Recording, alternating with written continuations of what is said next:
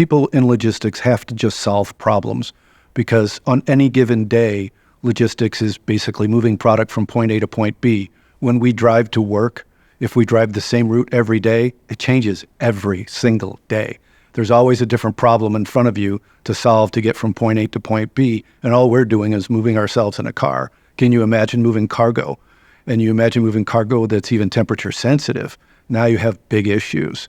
And there's also the regulations that you have to follow. So the mapping, the tracking, and holding all the information together and communicating together, that we all share the information so we all know that if we participated, that product went from origination to the last mile, and we know exactly what happened. That's problem solving all day long, because you never know what you're walking into when you move that product. So it always changes.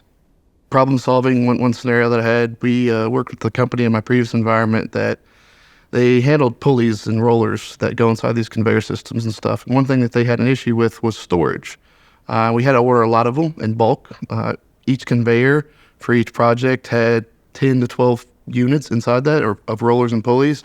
And we were installing thousands of these conveyors in every facility. What we identified was, what I identified with the team was a solution to store those in it was kind of like a soda can method. So we used these things called granite slate, basically dividers, and they would hold up to 6,000 pounds a piece. We would put them in there like a soda can method, and then had crane system that went over top of that. That definitely created a footprint and made it a lot more organized, and was easily efficient for employees to material handle and pull.